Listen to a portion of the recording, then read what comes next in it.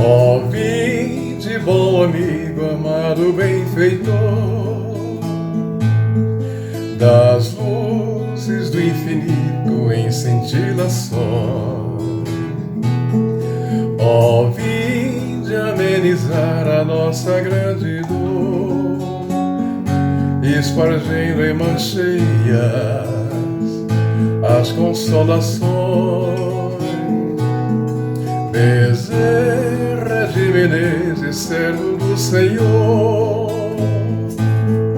apóstolo do bem a nos iluminar, celeste mentor em passes de amor, águas fluidificai,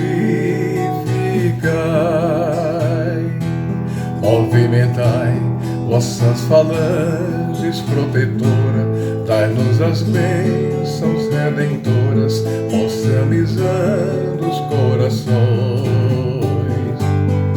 O sofrer é um bem divinal que o Senhor nos envia do astral, é o caminho imortal da perfeição a nos redimir das nossas vidas mal vividas, ante o Evangelho todo luz.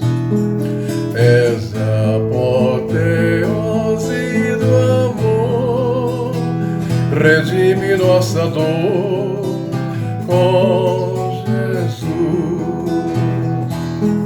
És a apoteose do amor, redime nossa dor com Jesus.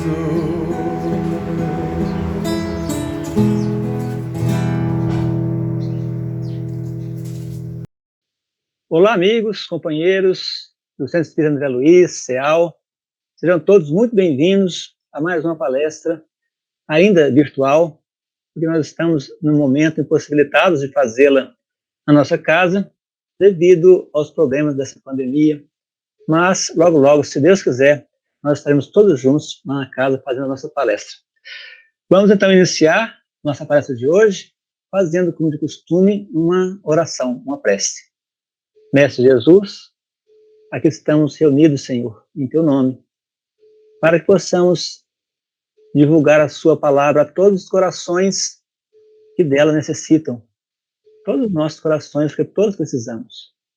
Abençoa cada um de nós, abençoa os nossos lares, abençoa, Senhor, toda a humanidade terrena que passa por esse problema tão difícil nesse momento, mas sabendo que Deus está sempre no comando, e tudo é por conta dele, e ele sabe o que faz. Abençoa o nosso irmão palestrante da noite de hoje, que ele possa trazer as palavras que mais precisamos nesse momento. Abençoa a nossa casa, André Luiz, e abençoa, Senhor Jesus, todos os seus filhos, todos os seus irmãos aqui da terra. Que a tua paz, que a tua luz permaneça em nossos corações, hoje, agora e sempre. Que assim seja. Graças a Deus. Nós vamos, então, nesse momento, sem mais delongas, passar a palavra para nosso companheiro, amigo, lá do CEAL, Antônio Magalhães, que vai nos falar hoje sobre o tema exposição sobre a fé. Minhas irmãs, meus irmãos, a paz seja conosco, Jesus nos abençoe. Vamos conversar um pouco sobre a fé. Precisamos entrar, num contexto onde nós vamos descrever um pouquinho sobre a religiosidade. Não vamos nos aprofundar, só para que nós entendamos a proposta, ok? Então, vamos falar nesse momento de duas fés propriamente dita, aquela que se aplica ao cristianismo e aquelas que o islamismo diz professar. Então, a fé cristã voltada para o entendimento e professar os evangelhos de Jesus de uma forma direta. É assim que as pessoas dizem que têm fé. Elas se acreditam tendo fé, professando o evangelho de Jesus. Do mesmo modo, a fé islâmica, onde os islâmicos dizem que têm fé no Alcorão. que, segundo eles, constitui o último livro da humanidade. Nós não vamos debater sobre qualidade ou não de fé. Vamos falar um pouquinho sobre etimologia e como é que pensa-se sobre a fé, de um modo geral. Fonte isso de uma pesquisa, tá, pessoal? A etimologia da palavra, ou seja, aquilo que estuda a palavra, o etimo, de onde ela tem origem, diz que a fé, no latim, ela significa fidelidade. É fides. Então, no latim, fé quer dizer fides. E se traduz como fidelidade. Do grego, foram duas fontes que eu peguei, do grego, e não rio de mim, o que eu vou pronunciar é niotli pistia, que também quer dizer fidelidade. Ou seja, ser fiel. Todos nós, de um modo geral, dizemos que somos fiel a isso ou aquilo, né? Bom, continuando, a fé, disse, é a firme opinião de que algo é verdade. Então, quando você tem fé, você está afirmando que alguma coisa é verdadeira. Só que você não tem nenhuma prova, ou um critério, né, real, né, material, para você dizer que tem fé. Aquilo não é concreto, do fato de você pegar e tocar. É super interessante. E aí nós depositamos nessa ideia, ou numa fonte de transmissão, uma fé. Nós temos fé em Jesus. Eu tenho fé em Jesus. Eu tenho fé em Deus. Nós temos fé em Deus? Nós temos fé em Jesus? Essa é a nossa fé. É assim que nós traduzimos e é assim que nós vivemos. Então, não há por que se colocar dúvida, né? Cada pessoa sente a sua fé de um modo ou de outro. Mas vamos explorar mais um pouquinho. A expressão se relaciona semanticamente, ou seja, a fé se relaciona semanticamente com os verbos crer, acreditar, confiar e apostar. Semântico, pessoal, é que tem a ver, é o sentido, tá? Só para a gente entender. Mas não quer dizer necessariamente que quem acredita, confia e aposta tem fé, né? Porque pode embutir dúvida, principalmente nas três últimas que nós colocamos, nos três últimos verbos: acreditar, confiar e apostar. Então, a gente faz esse movimento e, no fundo, quando algo acontece ao contrário, a pessoa claudica, ou seja, ela deixa de ter fé. Então, vou apostar na loteria, eu tenho fé que vou ganhar. É brincadeira, tá, pessoal? Só uma brincadeira. Tá bom? Continuando. A fé se relaciona com os verbos, com outros verbos. Consiste em nutrir um sentimento de afeição. Olha que coisa interessante. Isso é fonte da minha pesquisa, tá? Ou até mesmo de amor. Na fé, no sentido de crer, de acreditar, nesse sentido de afeiçoar-se. Mas não quer dizer que quem confia ou aposta seja a verdade. Portanto, se uma pessoa acredita ou confia, não necessariamente ela tem fé. Olha que coisa interessante. Ou seja, acredita e aposta e confia, mas não significa necessariamente que ela tenha fé.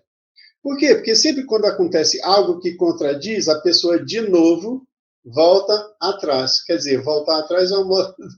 Meu Deus do céu, ela se recompõe, ela claudica, ela passa a não acreditar naquilo que ela estava acreditando. Aí, para falar de fato sobre fé, ela acompanha a absoluta abstinência à dúvida. Quem tem fé, pessoal, de um modo geral, não tem dúvida. Porque é antagônico, inerente à natureza do fenômeno psicológico e à lógica conceitual, ter fé e duvidar. Se tem fé, não se duvida. Então, não resta qualquer dúvida quando há fé. A fé não admite dúvida. Ou é ou não é. Acredita ou não acredita. Fato é que nós precisamos, desse modo, desenvolver. Aos pouquinhos depois nós vamos entrar nesse particular. Vamos estudar um pouquinho de Emmanuel, onde ele vai trazer, deixa eu ler aqui, do livro A Verdade Responde, psicografia de Francisco Cândido Xavier, um texto lindo, que eu acho ele lindo, eu simplesmente o exploro de vez em quando, e ele traz assim, na edificação da fé.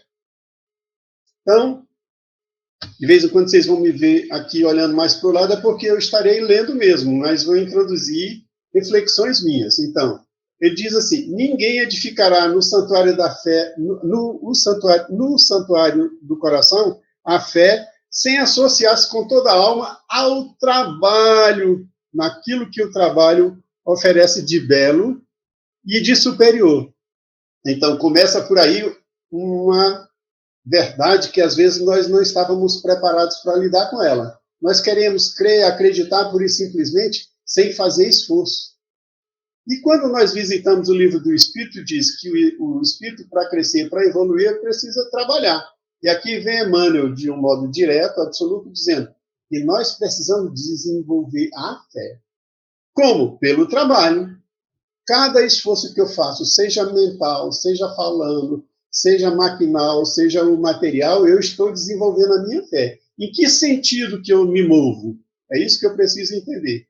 Então, para alcançar a divina construção, Emmanuel afirmando, tá? Para alcançar a divina construção, não nos bastam os primores intelectuais. E aqui eu vou ter que ler, tá? A eloquência preciosa, o êxtase contemplativo ou a desenvoltura dos cálculos no campo da inteligência. É preciso mais. Ele diz assim, grandes gênios do raciocínio são, por vezes, demônios de tirania e da morte. E aí nós podemos explorar um pouco. Muitos que usaram o conhecimento para preparar armas mortíferas, né? O que são enganosos com os outros, cometem engodos, fazem falcatruas e são inteligentes, usam a sua inteligência para o mal. É preciso que nós comecemos a pensar nesses sentidos. Então, não são essas pessoas capazes de desenvolver determinada fé e, ao mesmo tempo, são geniosas, são gênios, têm uma capacidade intelectiva maior. Aí vem ele explorando aquilo que nós estamos fazendo aqui, eu vou sorrir, não briguem comigo. Admiráveis doutrinadores, em muitas ocasiões, são vitrinas de palavras brilhantes e vazias, e aí é preciso que nós tenhamos medo disso. Porque nós falamos para o outro sobre o bem, sobre o amor, sobre a retórica admirável, mas não vivenciamos isso. Preciso que nós entendamos. Falamos e precisamos vivenciar. Ok? Então, eu digo assim, são aquilo que se afirma na Bíblia, que Jesus afirma que são túmulos caiados por fora, mas cheios de podridão por dentro. Muita reverberação, muita retórica, mas na prática, uma prática vazia, onde não se consuma aquilo que a pessoa diz, não reflete o que ela diz. Essa é uma parte interessante. Muitos adoradores da divindade, e isso aqui é interessante, frequentemente mergulham na preguiça a pretexto de cultivar a glória celeste. Então, são essas pessoas que vivem em prece, murmurando nos cantos, mas que não se misturam com as outras pessoas. São incapazes de dar a mão, são incapazes de emprestar o ouvido, são incapazes de dar o ombro. Então, esses vivem dessa forma, né? Muitos contemplativos, muitos oradores, muita prece, muito isso, muito aquilo, e pouco, de fato, prática. Não existe a prática em aproximação com o próximo, em amparo ao próximo. E aí nós vamos trazendo 3 perguntas para ser refletidas, para que nós reflitamos depois, quando terminarmos, né, essa breve exposição. Como nós alimentamos a nossa fé? O que é que nós fazemos para alimentar a nossa fé? Como nós nos damos conta de que estamos em preguiça com relação à nossa fé? Qual o trabalho que nós desenvolvemos? Como estabelecemos em nós a fé? Qual é essa prática? Eu me lembro, eu estou sempre prestando atenção, eu estou desenvolvendo esses pequeninos serviços. Quais são as nossas reflexões diárias? Quer dizer, as perguntas se encadeiam justamente nesse sentido. O que eu reflito diariamente? Para onde eu estou caminhando? Então, vem de novo Emmanuel, né? Parece que eu havia saído do texto dele, mas não havia, eram as minhas reflexões. Ele diz assim, amemos o trabalho naquilo que a eterna sabedoria nos conferiu. Então, é preciso que nós entendamos, nada de preguiça. Trabalhar o tempo todo, onde nos situamos, afeiçoando-nos à sua execução sempre mais nobre. Ou seja, qualquer coisa que nós fizermos, nobre no sentido de fazer o bem. Sempre no amparo, sempre com a boa vontade, sempre com a intenção de auxiliar, sempre com a intenção de auxiliar a si mesmo. Por que não? E aí nós seremos premiados com a compreensão abençoada de toda a confiança, de toda a eternidade, de todo o engrandecimento do Espírito. Ou seja, na medida que nós desenvolvermos esse trabalho, que muitas vezes pode parecer pequeno, ele será exatamente a oportunidade de nós crescermos. Aí continua Emmanuel, não te queixes se a fé ainda não te coroa a razão. Olha, por que eu não tenho fé? Então, vem Emmanuel e afirma, Consagra-te aos pequeninos sacrifícios. Olha que coisa linda. Um bom dia, uma boa tarde, uma boa noite, um vai com Deus, me perdoa, me desculpa, pode passar, me espera, já vou aí, mas sempre com a intenção de ajudar, sempre com a boa vontade, sempre com amor. E é isso que vai fazer. Aí ele diz assim, repetindo, consagra-te aos pequeninos sacrifícios na esfera de tuas diárias obrigações à frente dos outros. Cede de ti mesmo. Olha que parte interessante. Cede de ti mesmo, ou seja, renuncia. Lembra de Jesus? Aquele que quiser ser o maior dentre vós, seja o seu servidor, renuncia. Espera ver como é que vai acontecer e procede. Adota aos poucos, né? Um pouco mais de compaixão com os outros. Também consigo. Legal? Aprende a repetir. Essa é a parte essencial. Aprende a repetir. Precisamos aprender a repetir. Nada de preguiça. Leu, não compreendeu, volta. Fez, não ficou bem feito, volta. Porque se nós não aprendermos a repetir, como é que nós vamos aprender, hein, pessoal? Eu vou me lembrar de uma pequenina passagem aqui, quando nós estudávamos, né, no primeiro e no segundo grau, quando tivemos que aprender a equação de primeiro grau. Foi uma dificuldade, parecia que a gente ia chorar. E a gente não gostava muito do professor, no meu caso. Aprendemos a equação de primeiro grau. Quando fomos terminando o primeiro grau para ir para o segundo, vamos aprender o quê? A equação de segundo grau, naquela época. Equação de segundo grau. E eu estudava numa escola técnica, é um negócio puxado. Então, teve que aprender a equação de segundo grau. Dolorido de novo. Repetia e repetia a lição, até que um dia aprendemos. Aí, para resolver as equações, a partir dali, exigiram que nós começássemos a fazer pelo quê? Pelo delta. Aí, aprende de novo. Ou seja, precisamos estar sempre prontos para aprender, porque isso faz parte do nosso crescimento material, intelectual, moral e espiritual. Não tem como nós ascendermos além daquilo que nós já estamos hoje vivendo, se não aprendermos, não é, pessoal? Precisamos introjetar em nós valores, conhecimentos que vão permanecer para que nós cheguemos, né, à frente, seja na vida material, seja na vida espiritual, com maior conhecimento. Aí vem Emmanuel de novo nessa edificação da fé. Edificação, né, pessoal? Lembra do termo que eu esqueci de falar? Construção, edificar, construir.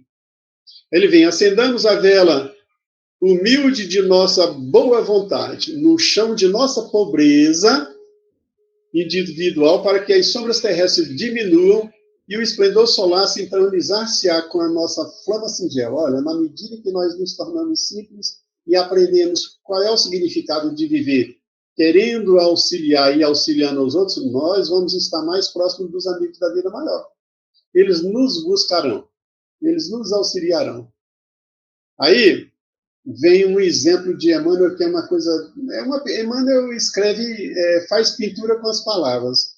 Ele diz assim, a tomada insignificante é o refletor da usina, quando ligado aos seus poderosos padrões de forças. Ou seja, nós, quando nos ligamos a Deus, não é, pessoal? Quando nos ligamos à vida maior, nós nos melhoramos, mas só vamos ligar quando nós estivermos praticando os atos.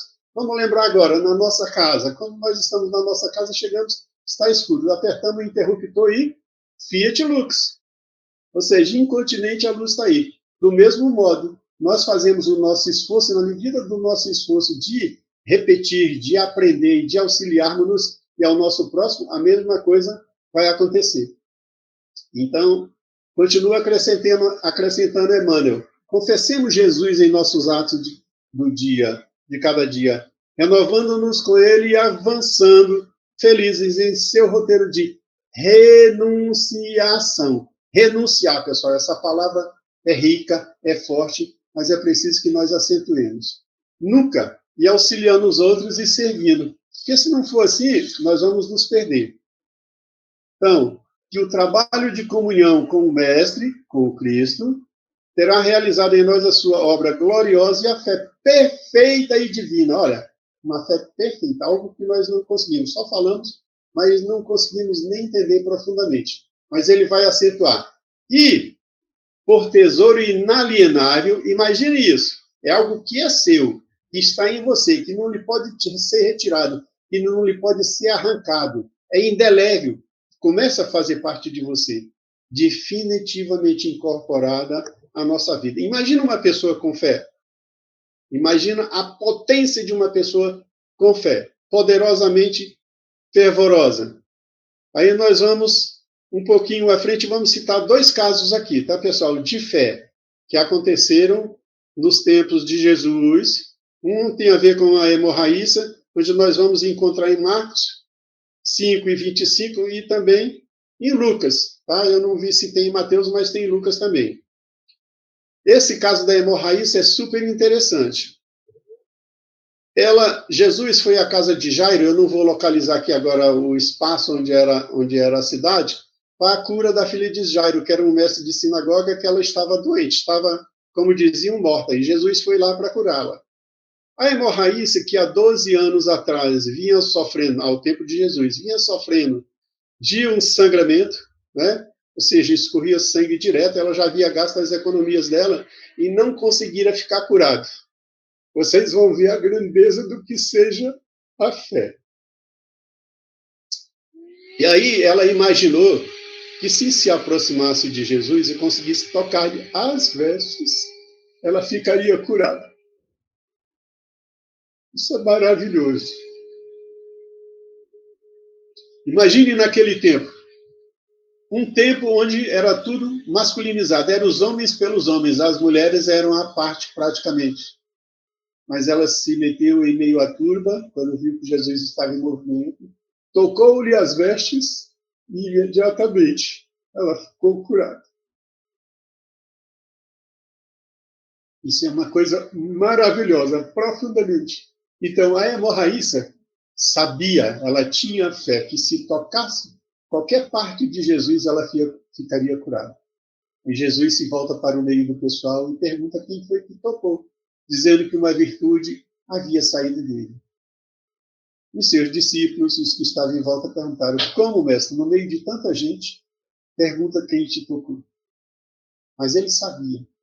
E ela, temerosa do lado, se aproximou dele, se ajoelhou e disse que foi ela. E ele disse para ela: minha filha, tua fé te salvou, vai e fica curada. Isso é algo maravilhoso para que nós entendamos o que seja fé. Então, em qualquer tempo, em qualquer momento, nós podemos adquirir a fé. Basta que nós trabalhemos para alcançá-la, para que ela faça parte de nós, para que não seja coisas que nós busquemos apenas quando nós estamos em sofrimento, que seja algo que se movimente nas alegrias também. E aí tem a fé do centurião, que não é menor do que a fé da hemorraíça. Jesus entrava em Cafarnaum e dirigiu-se a ele um centurião pedindo ajuda, porque tinha um servo dele que estava doente. Aí Jesus disse que iria até a casa do centurião para curar o servo dele. Mas o que fez Jesus? O que disse o centurião? Senhor, não precisa. Não mereço receber-te debaixo do meu teto, mas dize apenas uma palavra e o meu servo será curado, pois eu também sou homem e comando homens. Quando eu digo vai, ele vai, quando eu digo vem, ele vem, quando eu digo faz isso, ele faz. Ao ouvir isso, Jesus se admirou e disse que não havia visto em toda Israel ninguém com tamanha fé. Então Jesus disse ao centurião: vai, como você creu, assim lhes acontecerá. Na mesma hora, o seu servo foi curado. Olha que coisa interessante. Uma se moveu para tocar Jesus, trabalhando como uma fonte aspirante, né? Sem Jesus impor as mãos, tocou as vestes de Jesus e dele recebeu o que ela precisava como virtude para ficar curada. Olha o tamanho dessa fé.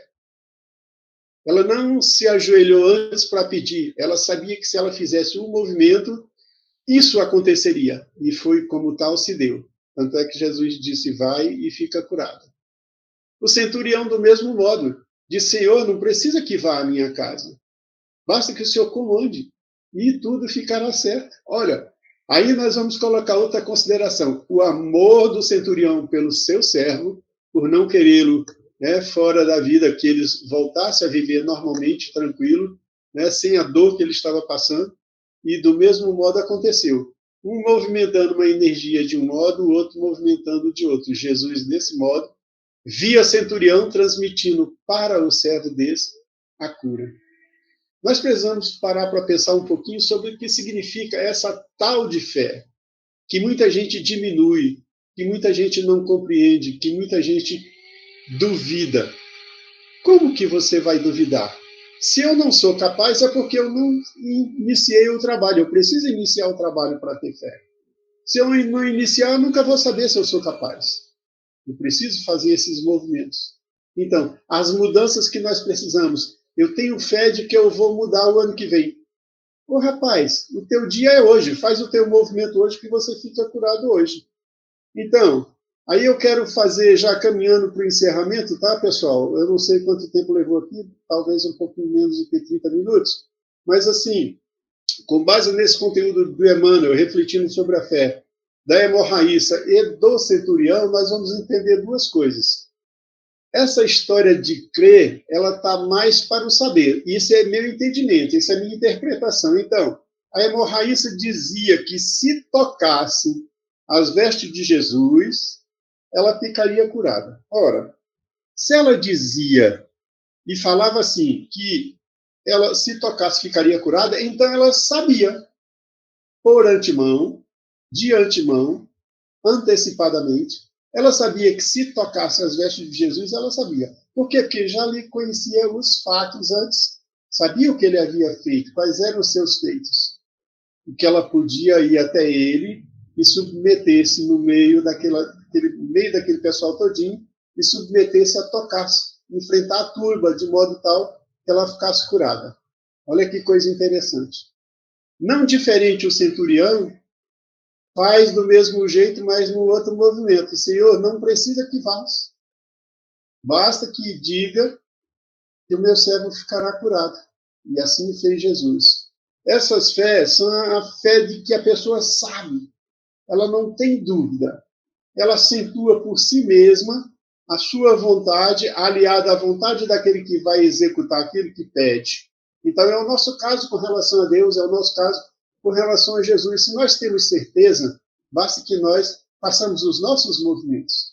E digo mais, pessoal, não precisamos estar todo dia pedindo. Façamos as nossas preces de evocação, as nossas preces de agradecimento, as nossas preces de esclarecimento, para que nós continuemos mantendo a nossa ligação com Deus, com a usina, tal como falou Emmanuel antes, ligando a tomada lá.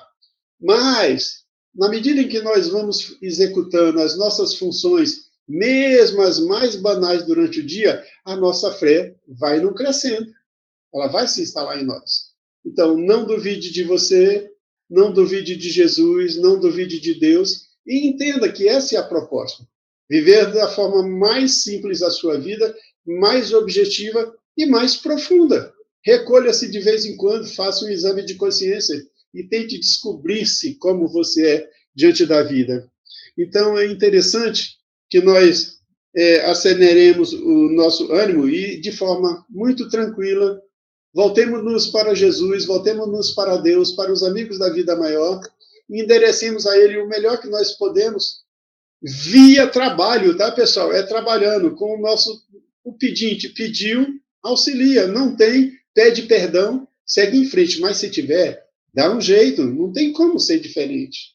O camarada ali fechou na rua, perdoa ele e diga, vá com Deus. Em casa teve uma dificuldade, vá com Deus.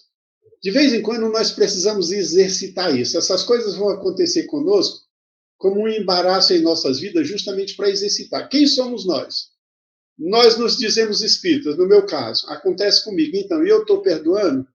Mas eu vou conviver com fulano e eu não gosto dele. Não interessa se você não gosta. Se você não gosta, o problema é seu, hein? Isso eu já falava antes do Divaldo. O Divaldo veio falando outro dia, tem uma pequena exposição dele onde ele fala isso. Se o outro não gosta de você, o problema é dele. Quem tem que gostar do outro é você. Então, desenvolvamos a nossa fé da forma mais tranquila, mais pacífica, operosa, no dia a dia. Ok? Que Jesus seja conosco, a paz fique conosco em nossos corações, em nossas mentes, em nome de Deus Pai, que assim seja. Muito obrigado, meu amigo. Você possa continuar desenvolvendo cada vez mais a sua habilidade de falar, de passar a mensagem de maneira tão bela. Muito obrigado e Deus te abençoe. Vamos então, nesse momento, depois dessa maravilhosa palestra, fazer nossa prece de encerramento, elevando mais uma vez o nosso pensamento ao Pai de poder e bondade, nosso Mestre Jesus, agradecendo pelo dia de hoje, por todos os dias de nossas vidas. Agradecendo ao nosso irmão Antônio Magalhães, os mentores espirituais que o intuíram, que o orientaram. Agradecemos, Senhor Jesus, nossa casa, André Luiz, que nos acolhe, que nos dá sempre o trabalho para que possamos realizar assim as nossas tarefas. Abençoa os nossos lares mais uma vez, proteja o nosso país, proteja o nosso planeta Terra que passa por essa dificuldade. E assim, Mestre, agradecido que estamos nesse momento, e pedimos a permissão para encerrarmos os trabalhos da noite de hoje, dizendo, fica conosco, nos proteja hoje, agora e sempre. Que assim seja. Assim seja. Graças a Deus. Olá, meus amigos do Centro Espírita André Luiz. Nesse momento de isolamento social pelo coronavírus, as doações diminuíram muito e o CEAL possui despesas fixas e precisa se manter funcionando.